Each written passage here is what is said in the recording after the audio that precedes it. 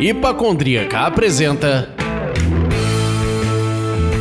Surra de Lúpulo. Oi, pessoal, bom dia, boa tarde, boa noite. Eu sou Ludmila, mais conhecida no Instagram como Hipacondríaca. E no programa de hoje teremos Sérgio Barra, mais conhecido no Instagram como Profano Graal. Sommelier de cervejas, doutor em História Social e Cultural, especialista em Patrimônio Cultural e de arremate ainda fez o curso de especialização em Marketing de Cerveja do Instituto Marketing Cervejeiro da querida e também já convidada deste programa, Érica Barbosa. Sérgio, dá um alô pro pessoal. Salve, nobres! Tudo bom com vocês? Eu quero agradecer muito o convite da Ludmila e do Leandro, porque para mim é uma honra estar participando do mesmo programa que já entrevistou nomes como Edu Passarelli, Bia Amorim, o pessoal do Naruhodo. Isso é mais ou menos como tá sendo entrevistado pelo Jô, com a década de 90. Pro meio cervejeiro. Porra, agora eu até me senti mais gostosa gorda, entendeu? Beijo do gordo. Bem-vindo, Sérgio. E eu sou o Leandro e hoje vocês podem me chamar do escriba das Triple IPAs. Tenho que fazer aqui uma menção honrosa aos históricos escribas que iniciaram a documentação da nossa história. Estou errado, Sérgio? Ou mais ou menos errado? Se eles escreviam com Triple IPA na ideia, não dá bom não, hein? Espero que eles... Talvez explique muita coisa, né, cara? Ou isso, Sérgio, como você sabe, a gente bate esse papo bebendo uma cervejinha e eu queria saber o que você tá bebendo por aí. Então, em homenagem à Ludmila, eu escolhi uma IPA, que é uma IPA da Fax, que eu não tinha bebido ainda. Na verdade, eu vi com poucos rótulos da Fax, esse é o terceiro, né? Essa cervejaria dinamarquesa que a galera compra pra colecionar a lata, porque as latas são bonitas e no Brasil elas vêm naquela lata de 700 ml. Uhum. Mas a cerveja em si não é grande coisa. Mas não deixa de ser uma IPA, tá aí, é homenagem a Ludmila. Muito obrigada, muito obrigada, muito obrigada. E você, Lud? Eu também, em homenagem a mim mesma, porque eu mereço. Eu tô bebendo a Lagunitas Maximus IPA. E olha, gente, coisa linda. Essa eu comprei no meu Beer Dealer, que é de São Paulo. E aí ele importa algumas coisas. E aí, enfim, tô aqui sendo muito feliz com ela. Mas eu não vou falar nada aqui. Falarei mais tarde no post no Instagram, logo após a publicação deste programa. Leandro, por favor, você, o escriba das Triple IPAs, o que você está bebendo? Eu estou bebendo uma Triple IPA da Ignorus, a Madame Satã, cerveja que tem ali a sua presença de amargor, vale a pena beber. E o rótulo dela, gente, é lindo. O rótulo é muito maneiro, queria que vocês pudessem ver, é muito bom, uma ilustração muito boa. Me lembra alguns artistas que eu conheço.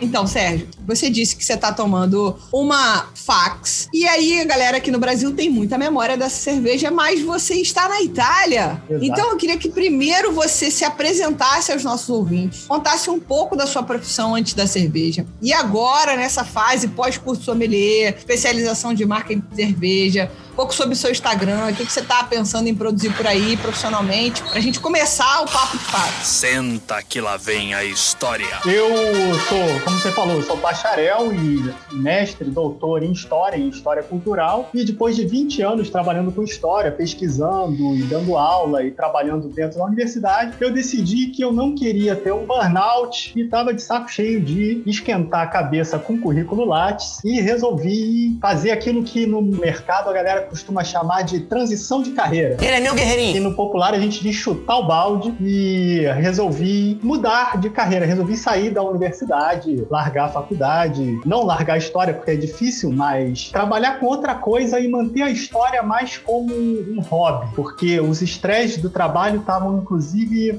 me desanimando um pouco com aquilo que eu sempre amei fazer, que foi pesquisar e estudar a história e escrever. E aí quem veio com a ideia foi a patroa. A patroa na época época seguia o YouTube da Jéssica, da Roleta Russa. Sim!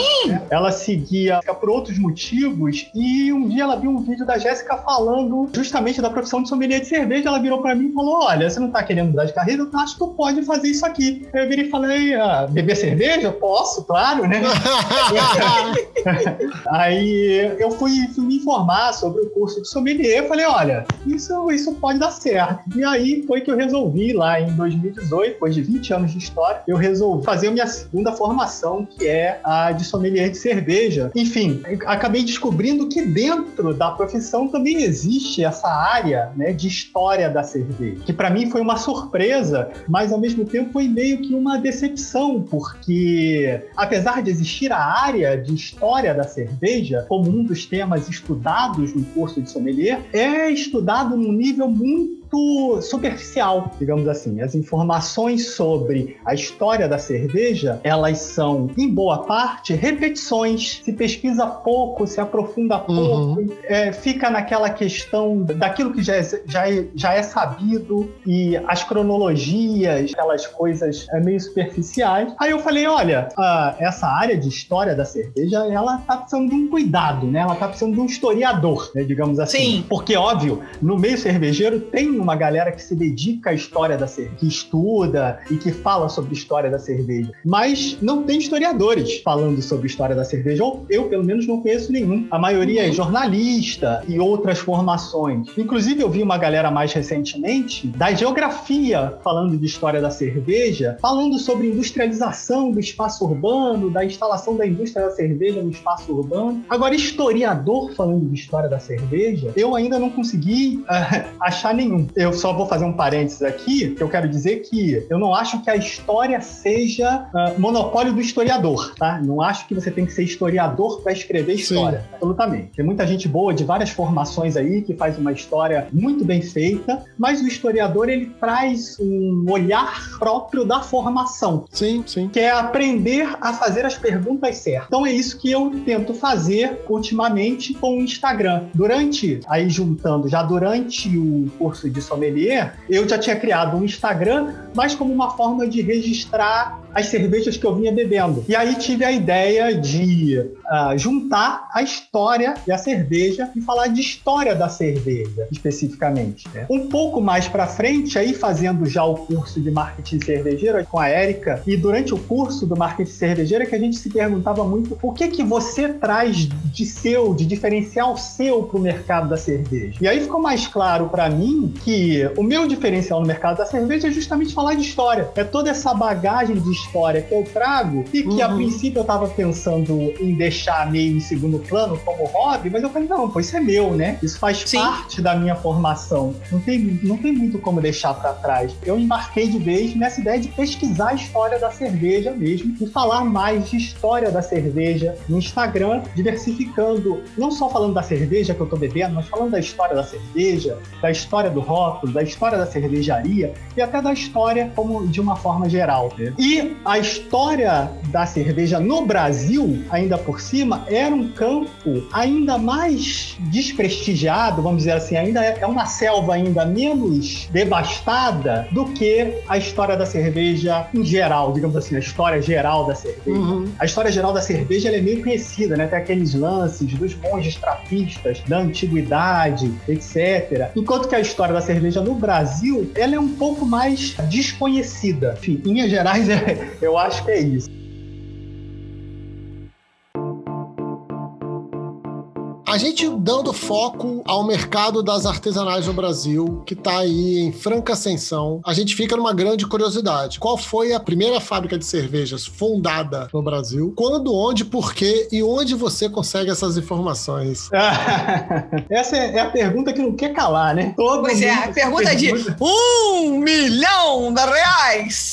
E tipo assim, a resposta nem tá tão escondida assim, né? Mas, enfim, se você perguntar no mercado cervejeiro cervejeiro. Qual foi a primeira fábrica de cerveja do Brasil? Eu posso apostar contigo que 80% das pessoas vai dizer que foi a Boêmia, do Rio de Janeiro. Né? Uhum. Os outros 20% não vão dizer porque são pernambucanos, né? Aí vão dizer que foi a cervejaria lá dos holandeses, lá em Recife. Sim. Só que aí depende, né, do que você chama de Brasil. Se você considerar Brasil a partir da independência, é uma coisa. Se você considerar que o período colonial já é Brasil, então tudo bem, é outra coisa. Aí você pode dizer que realmente foi a fábrica dos holandeses no Recife. Né? Na história, a gente considera Brasil a partir de 1822. Antes disso não é Brasil, antes disso é colônia de Portugal. Né? É Portugal. Olha, isso é um recorte, hein? Não, isso é importantíssimo. Só pra gente dar esse marco, porque a gente tem ouvinte que tá entrando na cerveja artesanal e é muito legal que a gente deu o passo a passo pra ele. Isso é importantíssimo. Você chegar e falar assim, olha só, gente, vamos entender o que é Brasil. Antes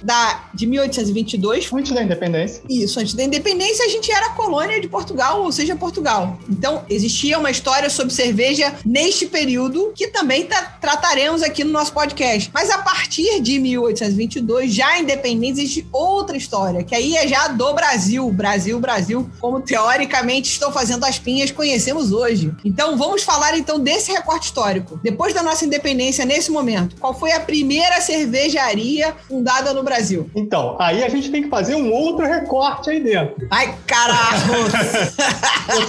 Você está falando de produção industrial ou a produção caseira também conta? Né? Porque a gente tem indícios de produção de cerveja logo poucos anos depois da independência. Em 24, 25, você já tem indícios de produção caseira pelos colonos alemães no sul do Brasil. Que eles têm uma produção caseira, que eles produzem para eles, mas eles também vendem ou no seu negócio, mas vendem o seu excedente. Né? Entendi. Não são indústrias de cerveja. Você não pode dizer que eles são indústrias de cerveja, mas eles efetivamente produzem cerveja e efetivamente eles vendem cerveja. Tá, então vamos fazer assim, vamos pegar o recorte de fábrica, pronto, que aí a gente fala já dos brewpubs, dos arremedos dos brewpubs. Então vamos falar das fábricas. Quando foi a primeira fábrica cervejeira fundada em nosso país? Se você olhar as fontes, se você olhar os jornais de época, tem lá, em 1836, o Jornal do Comércio publica o primeiro anúncio daquilo que seria uma fábrica de cerveja, que é a Fábrica de Cerveja Brasileira, que fica na Rua de Mata Cavalos, no Rio de Janeiro, e hoje é a Rua do Riachuelo. Esse é o primeiro anúncio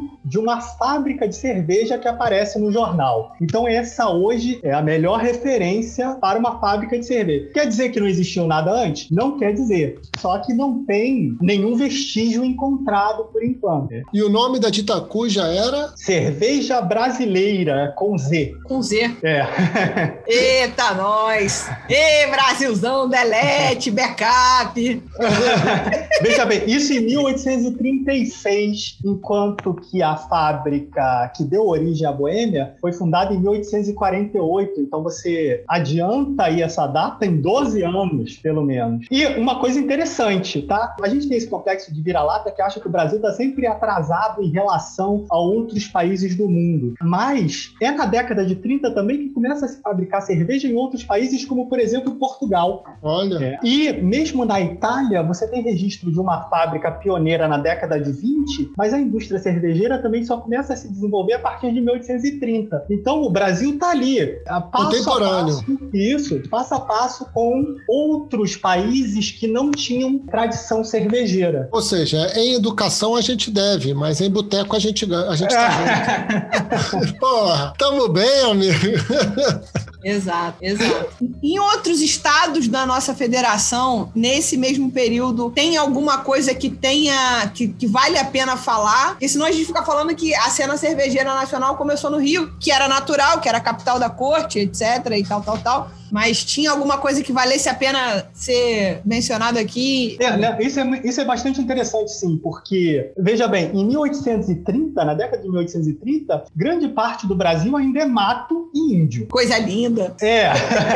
Lá para dentro, pro centro-oeste, essas partes, pro interior de Minas Gerais, nessa época você ainda tá lutando com indígenas para tentar estabelecer algum núcleo de colonização que seja mais perene. Mas, obviamente, você tem registros, como eu falei antes, de produção cervejeira no Rio Grande do Sul pelos colonos alemães. Sem ser fábricas. São essas produções que a gente vai falar ali na frente, mas não são fábricas. Na década de 20 não são fábricas, mas na década de 40 já são. Entendi. Né? 20 anos depois, você já tem uma produção um pouquinho mais estruturada. Você tem também, na década de 1840, tem também um registro em São Paulo de produção cervejeira. O pioneiro, digamos assim, no estado de São Paulo. Né? É por aí. Eu acredito que seja por aí. Então, o Rio de Janeiro começou ali na Rua do Riachuelo na década de 30, em 1836. Logo depois a gente começa a ver Rio Grande do Sul já industrializando, São Paulo já industrializando, Petrópolis industrializando. Sim, é mais ou menos por aí. É muito comum que o Rio de Janeiro seja, digamos assim, a ponta de lança e, inclusive, o lugar mais visto, porque é a corte. As novidades do exterior, as novidades da Europa, chegam primeiro da corte, para ir da corte elas se espalharem para o resto do território brasileiro. Sim. Mas, fundamentalmente, a gente pode dizer o seguinte, a gente já pode dizer que lugares onde tiveram colonização alemã, principalmente, e veja bem, a colonização alemã, ela começa no Brasil ainda antes da independência, então antes do Brasil, né? Para estabelecer aquele marco cronológico que a gente estava falando antes. Em 1818, você já tem a fundação de Nova Friburgo, com os suíços. Sim, aqui no Rio de Janeiro. Então, essa colonização germânica, ela antecede o Brasil. E em todo lugar onde tem colonização germânica, você pode dizer que tem produção de cerveja, porque esses colonos vêm para cá, mas eles trazem a sua cultura. Sim. E hoje existe uma escola cervejeira alemã, não é por acaso, é porque isso está enraizado na cultura desses caras. Eles não deixam a cultura deles do outro lado do Atlântico, eles chegam aqui e eles vão fabricar cerveja. Com certeza. Então, o que tem em comum entre esses lugares, Rio de Janeiro, Petrópolis, Rio Grande do Sul, é justamente a presença dos colonos germânicos. É um ponto de interseção e uma colocação interessante.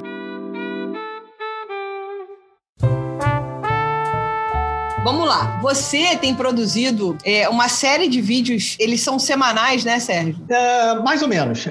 Tá. A proposta eram ser semanais e a vida não necessariamente ajuda a gente a manter nessa frequência. Mas, enfim, a proposta seria essa. No seu IGTV, lá no Profano Graal, falando sobre a história da cerveja no Brasil. Aí eu achei particularmente interessante um vídeo que você fala sobre que foi um pouco do que a gente tratou na pergunta anterior. É a cerveja no Brasil, antes do Brasil, que já foi uma contextualizada que a gente deu aqui agora do recorte histórico. Então, eu acho que valia, como a gente já falou um pouquinho, pós 1822, pós essa independência de Portugal ainda à corte, vamos falar um pouco da cerveja antes, a que era aqui no nosso país, mas que não era Brasil ainda da maneira que entendemos hoje. Para ficar mais conceitualmente correto, a gente pode dizer que era aqui no nosso território, mas não era no nosso país.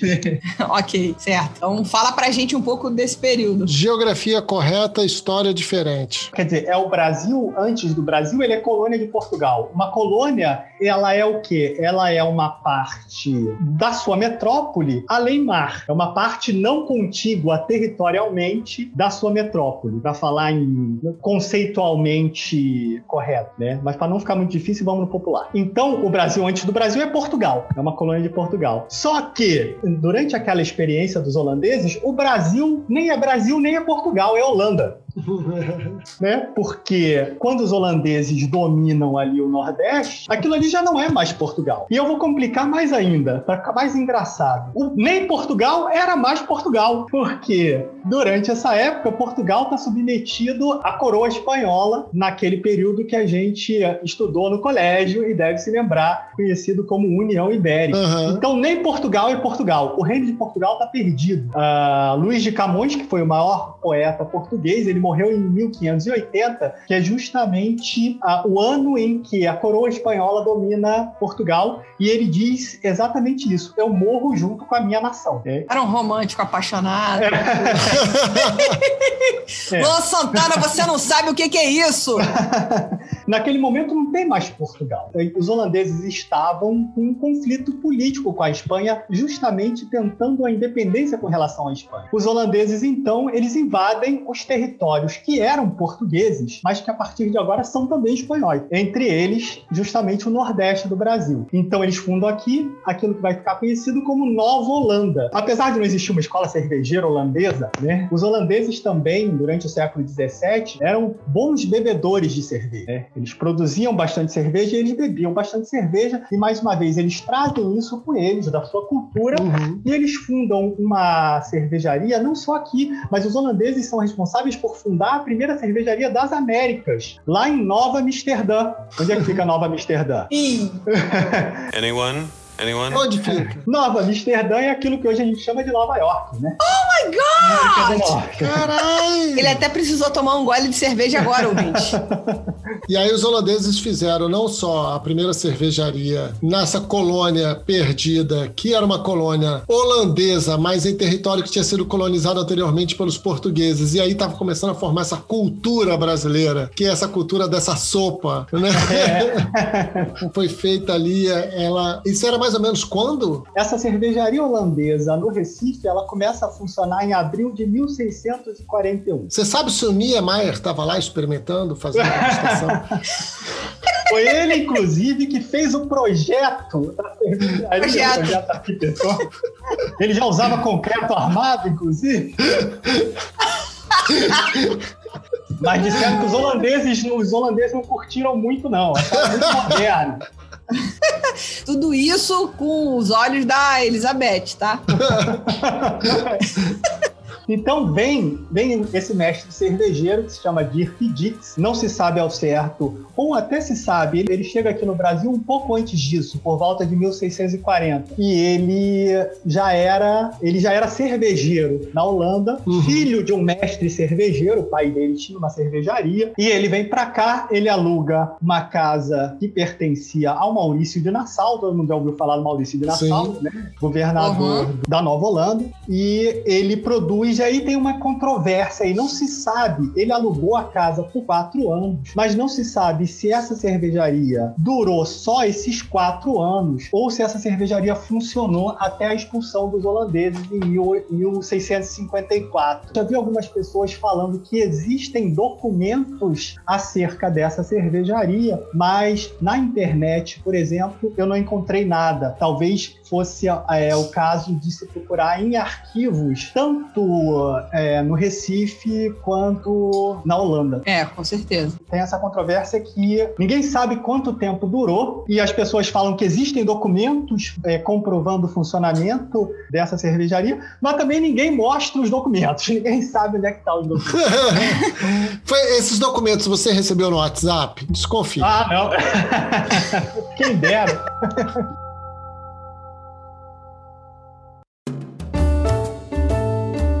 Cara, em outro vídeo do seu canal, você menciona os imigrantes que abriram seus negócios, os armazéns de secos e molhados, e que produziam cerveja caseira e vendiam nos seus próprios estabelecimentos e para outros comércios da região. Conta um pouco desse momento, recorte histórico pra gente aí. Então, a gente já falou que a imigração germânica, ela começa no Brasil ainda antes do Brasil. E tem uma relação muito forte entre a coroa brasileira e os territórios germânicos, né? Lembre-se que a primeira esposa de Dom Pedro I era a Dona Leopoldina, que era herdeira da Casa da Áustria. E você tem uma relação muito forte entre Brasil e os estados germânicos aí, nesse comecinho da história do Brasil independente. E os colonos germânicos, essa imigração, ela começa muito cedo. Ela começa logo nos primeiros anos do país independente. Eles vêm para cá como colonos, eles vêm para trabalhar a terra, mas eles vêm também para colonizar novas áreas, né? Abrir novas áreas de colonização, principalmente no sul do país, mais até do que trabalhar a terra. Muitos eram comerciantes no seu território de origem e eles abriam seus negócios, abriam suas vendas, faziam a sua cerveja nos fundos da venda, moravam em cima, né, no sobrado, a venda na parte de baixo e a sua cervejaria nos fundos e vendia para essa comunidade. comunidade germânica e muitos, inclusive, foram dar origem, posteriormente, pouco tempo depois, 20 anos depois, a fábricas de cerveja que funcionaram no Rio Grande do Sul ao longo de boa parte do século XIX. Para a gente pode parecer uma curiosidade meio esquisita, meio interessante, mas para esses caras era normal, era o que eles tinham que fazer, né? Sim. Eles vieram para cá, viver aqui, né? Construir uma nova vida aqui e trouxeram seus hábitos e sua cultura, né? E produzir cerveja fazia parte dos seus hábitos, produzir e beber cerveja fazia parte dos seus hábitos e da sua cultura, como faz até hoje, né? Eu acho muito interessante que você está colocando sobre eles produzirem a cerveja caseiramente e aí venderem nas suas vendas de secos e molhados. E aí, ou seja, o cara tem um negócio que é uma venda como se fosse um mini mercado. Casa Pedro. Enfim, uma Casa Pedro. Não, Casa Pedro talvez não, porque uma Casa Pedro é uma casa de especiaria. Especiaria é um negócio mais complexo. Mas enfim, como se fosse... Vou chutar mais longe pra gente não falar de um negócio especificamente. Como se fosse uma delicatessen. O cara vai vender ali linguiça, o cara vai vender ali outros, arroz, enfim, outras coisas. E aí ele vendia a cerveja que ele produziu, como o Sérgio disse, nos fundos. Temos aí o advento do Brew Pub. E aí, na sequência, o Sérgio fala também que ele vendia essa cerveja para os colonos e até para os conterrâneos locais que moravam ali na mesma região com ele. Então, temos aí o arremedo da hashtag Beba Local. Então, de alguma forma, a gente está voltando para o início, meus amigos. Não inventamos a roda quando agora resolvemos fazer um Brew Pub no Rio de Janeiro e vender aqui, ou em São Paulo, ou em outro lugar. Pelo contrário, estamos voltando para o início. Digo né? mais, como o Sérgio gosta de documentos históricos, tem um croquis do Niemeyer que tem uma charrete com uma placa atrás, assim, ó, Beba Local. Só não tinha hashtag porque ainda não tinha uso. Tinha uma mulher pelada? Porque croquis do Niemeyer sempre tem mulher pelada. Não, mas tinha as curvas. Era a charrete mais curvilínea que a gente poderia ver na vida. Agora, aproveitando essa sequência, você citou no final da sua resposta, falando sobre cervejarias que começaram aí no fundo de quintal, digamos assim, nesses brew pubs da era colonial e que viraram fábricas na sequência. Você consegue citar algumas? Acho que foi no Rio Grande do Sul que você falou que isso era mais comum, talvez. Só dando um passo atrás, o nome certo desse comércio, o nome historicamente correto desse comércio é Armazém de Secos e Molhados. Armazém de Secos e Molhados, ok. É isso, né? E apenas para reforçar aquela ideia que você está falando que a gente está voltando aos inícios, né, do Beba Local, e tem que lembrar que tudo isso funcionava sem registro no mapa, né? Sem registro no mapa.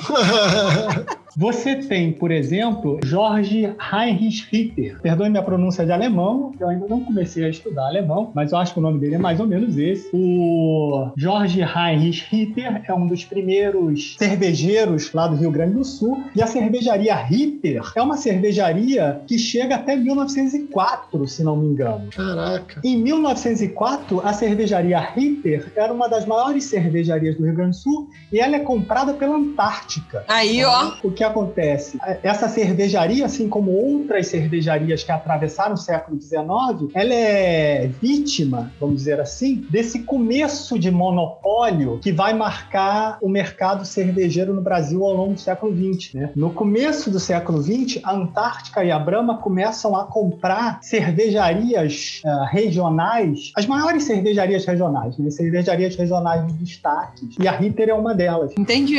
Para começar esse monopólio. Sim. Tem outras cervejarias no Rio Grande do Sul que sofrem desse mesmo problema. Eu li um artigo em que os autores eles falam justamente do declínio da produção de cerveja no Rio Grande do Sul como vítima desse monopólio cervejeiro pelas duas grandes cervejarias do Sudeste, né? A Antártica e a Brahma. Caramba. E é um impacto que relembra o que o Felipe falou pra gente no primeiro programa deste ano, em que ele fala que no mercado europeu, quando começaram a nascer os monopólios, os pequenos produtores locais começaram a sofrerem aquisição você ter ali uma venda maior da cervejaria mais fácil de produção, que era a Pilsen, e aí eles tinham dificuldade até mesmo de produção, ou seja, a gente começou a viver uma coisa similar no tamanho menor, né, no tamanho mais, que não tinha como local a origem dessa cultura, mas a gente começou a viver algo menor, algo similar, que é o grande produtor canibalizando o mercado e fazendo uma antropofagia.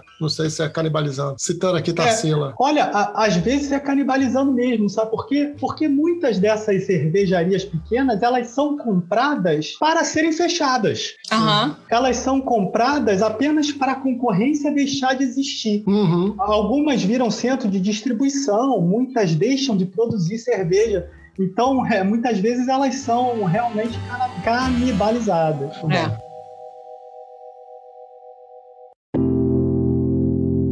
Depois desse passeio todo que a gente deu, foi lá, descobriu o Brewpub de novo. Na verdade, descobriu não. O Brewpub aconteceu lá atrás. A gente está achando que a gente está inventando a roda. E aí o Beba Local também foi bem colocado, bem lá atrás, já no Rio Grande do Sul.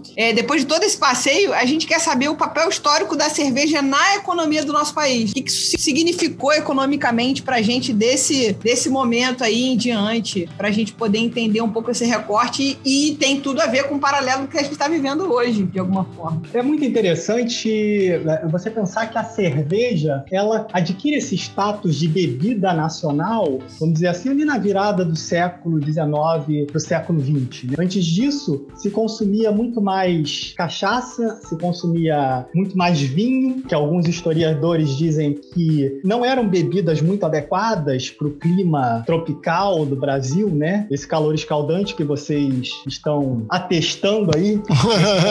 E a cerveja, ela vem como uma bebida mais adequada a esse clima e talvez isso tenha ajudado ela a se firmar como uma bebida popular, né? A cair na graça do público. Né? A partir daí, a cerveja passa a ter uma relevância como indústria na nossa economia. Né? Antes disso, quer dizer, veja bem, no século XIX, o cenário cervejeiro, ele é inclusive muito mais movimentado no século XX. Né? No século XX, você tem aquele grande monopólio de 2 cervejarias que vão comprando outras cervejarias menores. Você tem um monopólio do mercado por um estilo único de cerveja, daquela cerveja leve, que é para agradar a todos os públicos, e o cenário cervejeiro no século XIX é muito mais variado. Depois a gente pode até falar dos estilos que se bebiam e que se produziam e tal, mas economicamente no século XX ela é mais relevante. A cerveja é mais relevante economicamente no século XX do que no século XIX, porque no século XIX a nossa economia é fundamentalmente uma economia agrária, e isso é uma outra coisa, né? O nosso principal produto de exportação é o café. Sim. Então, isso é uma outra coisa interessante. A cerveja, ela é uma das poucas atividades industriais que tem um desenvolvimento ao longo do século XIX numa economia que vai se industrializar de fato apenas a partir da década de 1930, com Getúlio Vargas. Né? Aí começa a nossa industrialização de fato. Então, a produção de cerveja no século XIX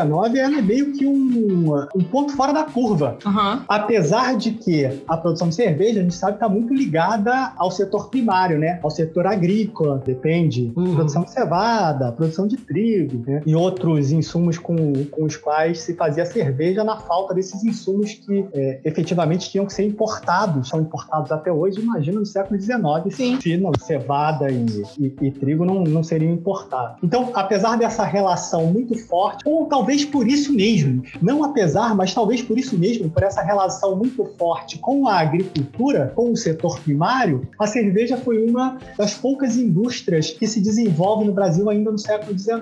No começo do século XX, você tem um grande desenvolvimento da indústria têxtil, mas isso lá da virada do século XIX para o século XX. Né? Então, a indústria cervejeira é um ponto fora da curva e não é, vamos dizer assim, economicamente significativa. Não está entre, por exemplo, se você pega os jornais, a cerveja não está entre os principais produtos de exportação brasileira. De exportação, de forma alguma, né? Se pensar em consumo interno, talvez sendo formado ali. Sendo formado. Isso é uma área, por exemplo, que ainda precisa de mais pesquisa no Brasil. Quem é que consumia a cerveja no século XIX? Porque durante muito tempo a gente eu ouvi pelo menos, durante muito tempo, que quem consumia cerveja no Brasil no século XIX eram os descendentes de alemães. Mais uma vez, por causa daquele traço cultural, que está na cultura, enquanto que a população autóctone, a população local, estava muito mais acostumada ao vinho português, por exemplo. Entendi, que é outro traço cultural, outra coisa. E a população mais pobre, obviamente, está mais acostumada à cachaça, né? A bebidas a facilidade mais... de processo, de produção e tudo mais. Só que isso é uma coisa que precisa de pesquisas posteriores para dar uma matizada aí. Porque antes da metade do século XIX, algumas cervejarias já são dirigidas não por descendentes de alemães, mas dirigidas por descendentes de portugueses. Porque naquela época, enfim, brasileiros. Descendentes de portugueses são brasileiros. Uhum. Então, me parece que a cerveja se popularizou no Brasil mais cedo do que a gente costuma achar. Mas isso é algo que ainda precisa ser melhor pesquisado.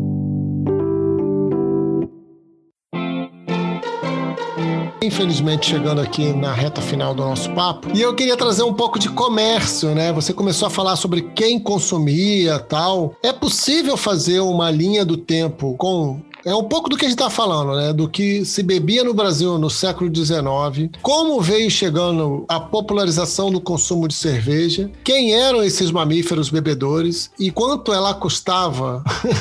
Assim, você acabou de falar que isso precisa de mais pesquisa, mas sim. Então vamos ao que a gente tem. Porque, na verdade, nesse momento eu estou lendo jornais do século XIX perseguindo outras informações. Eu ainda estou perseguindo aquela informação sobre a primeira cervejaria para ver se ela é realmente de 1836. Eu tenho algumas hipóteses a respeito da localização dela na Rua do Riachuelo. Então eu estou lendo os jornais do século XIX com esse olhar. No entanto, obviamente, você dá de cara com outras informações que você não pode desprezar. Tem informações com relação ao consumo é mais difícil. Não dá para dizer exatamente quais classes sociais consumiam, até porque o mercado consumidor propriamente dito é pequeno. Lembre-se que nós estamos numa sociedade escravista. Então, o mercado consumidor é muito restrito, né? Da população branca não escrava, aquilo que hoje a gente chamaria de classe média, profissionais liberais, etc. Então, não dá para ter ainda uma imagem muito bem feita de quem consumia essa cerveja, né? Mas você já tem bons indícios, por exemplo, a respeito do preço. Olha! A cerveja, por exemplo, ela era mais cara que o vinho. Então, ela não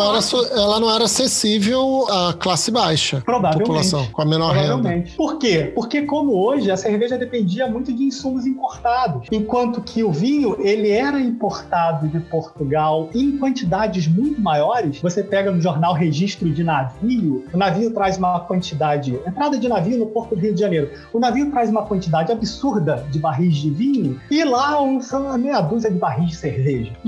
Isso com relação à cerveja importada. Não dá para fazer uma conversão de moeda exatamente, porque não faz sentido, né? A moeda era outra, a cotação era outra. Não, e aí inflação, né? Existem conversões em cima que inviabilizam. Sim, mas você tem esses indícios. A cerveja não era assim...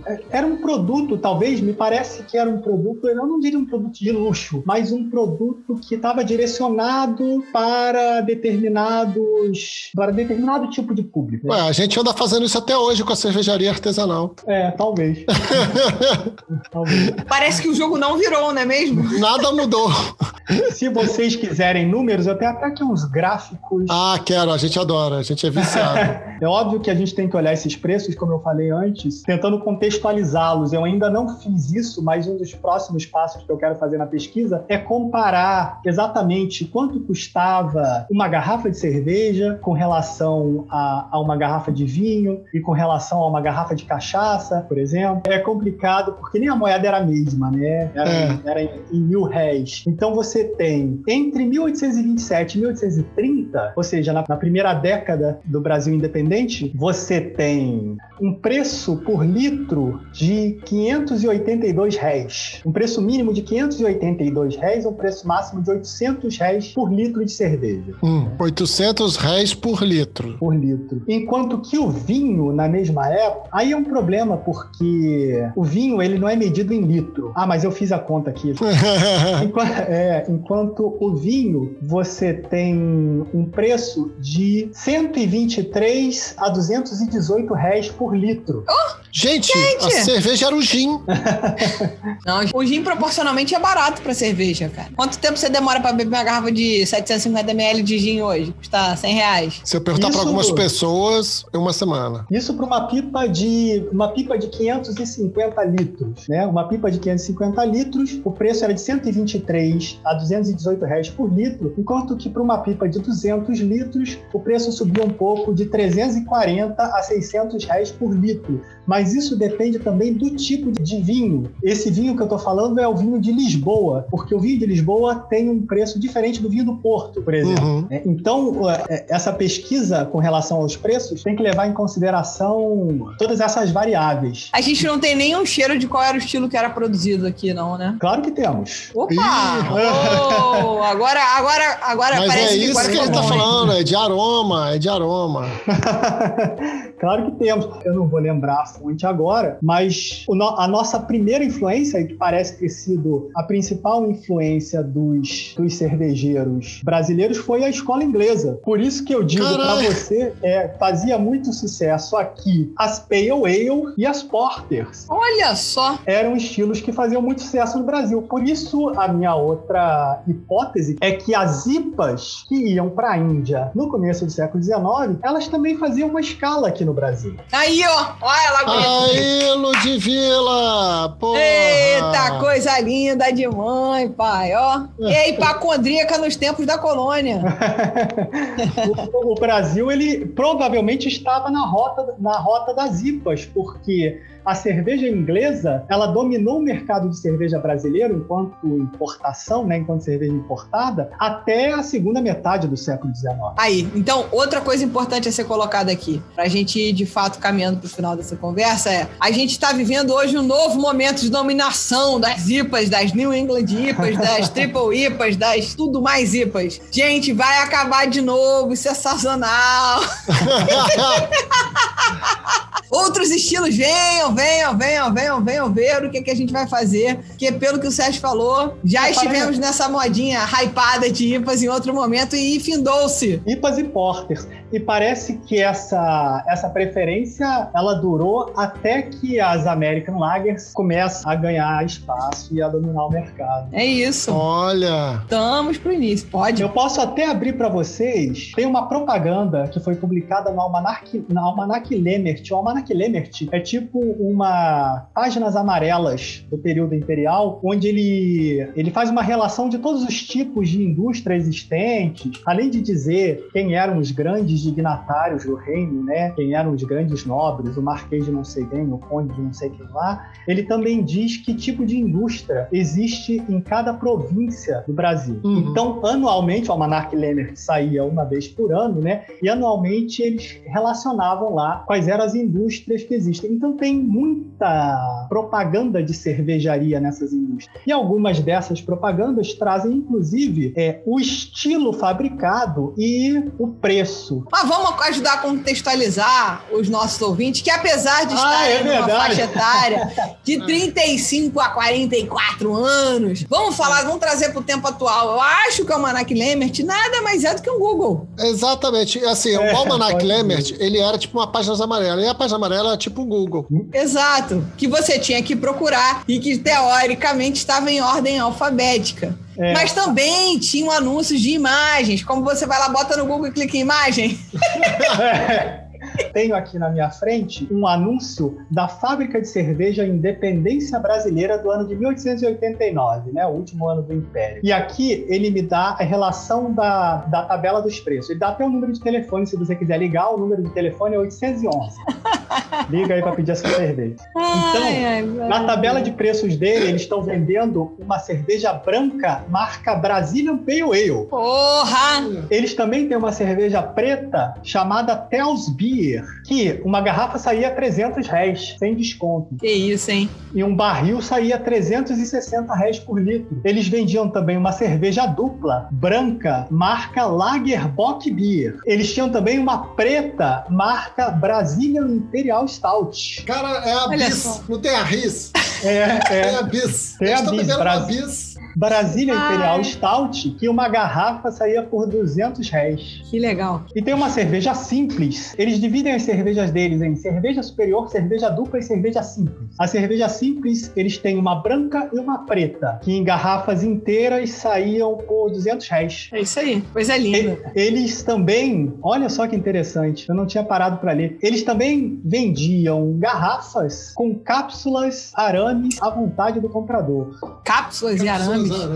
Isso é para prender a rolha, né? Tem outros anúncios bem interessantes nesse sentido. E aí tem um outro aspecto que vocês não perguntaram, mas que vale a pena também comentar, que aparece aqui nos anúncios do Almanac Lemert, é que as próprias cervejarias, algumas cervejarias, elas se responsabilizavam por vender tanto insumos, né? Você vendem lúpulo, vendem cevada, quanto garrafas, rolhas. Olha só, a cerveja, cadê? A fábrica de cerveja Princesa Imperial, em 1885, eles eram importadores de alicates, arame, cevada, cápsulas, cola, copos, escova, lúpulo, lâminas, máquinas de arrolhar e engarrafar, rolhas, saca-rolhas, açúcar mascavo e todos os objetos pertencentes ao fabrico da cerveja. Esse é o anúncio deles. Ou seja, isso é um brew shop. Exatamente. Ah, meu Deus, coisa linda. Mas enfim, a gente quer agradecer demais ao Sérgio, porque esse assunto é muito rico e ilustra muito bem, pra mim, pelo menos, né, gente? Tô tentando forçar essa barra aí, porque eu acredito nisso de fato, que existe uma sazonalidade nas coisas, sabe? A gente não tá inventando a roda em momento nenhum. Isso vai para um canto, volta para o outro, e aí muda um pouco, e aí vai... Enfim, ou seja, daqui a 150 anos, alguém vai estar fazendo um programa de... podcast também chamado Espancamento do Lúpulo, talvez, e vão tratar desse assunto da mesma forma, falando desse boom de New England IPA, tudo igual. Eu falei isso agora no ano de 2021 pela primeira vez. Eu queria agradecer demais ao Sérgio pelos ensinamentos. A gente espera receber você aqui em outras ocasiões, porque a gente sabe que esse assunto é muito vasto. A gente adorou, eu pelo menos adorei. E é isso. Muito obrigada por você ter estado aqui com a gente. Esperamos você mais vezes. Pô, eu que agradeço o convite mais uma vez. E aquilo, né? A pesquisa histórica, ela continua. Então, continuando a pesquisa, que é isso que a gente precisa de pesquisa histórica na história da cerveja, né? Não basta você ler a galera que já escreveu e repetir o que está escrito. Você precisa pesquisar e conseguir achar mais peças para montar esse quebra-cabeça. Então, eu espero que a pesquisa histórica avance. E lá no Espancamento de Lúpulo, em 2000 e quanto que você falou? 2077, que seja. Um outro pesquisador, ele vá lá e fale, enfim, seja convidado para falar sobre novas descobertas sobre a história da cerveja no Brasil, porque, como a gente estava falando antes, o passado, ele é imprevisível, como dizia um historiador. E isso explode a cabeça, porque, porra, ferrou, né? Não mexe no que a gente já resolveu. Porque senão ferrou. Em história não tem nada resolvido, né? História é uma ciência humana. Para com isso, Sérgio. Ela tá sempre em transformação. Caraca, ferrou. Porra, cara. O nome dele tinha que ser Sérgio mesmo, né? Que é pra ser tipo um malandro. Sérgio, Pô, a pegadinha do Sérgio Malandro, cara. Porra. Sérgio, brigadaço. Valeu por fazer parte aqui do programa, por ter dado essa aula de história pra gente. Esperamos poder trocar mais essa experiência com você mais pra frente. Obrigado. E pra todo mundo que ouviu a gente. Boa noite, obrigado e um beijo do gordo.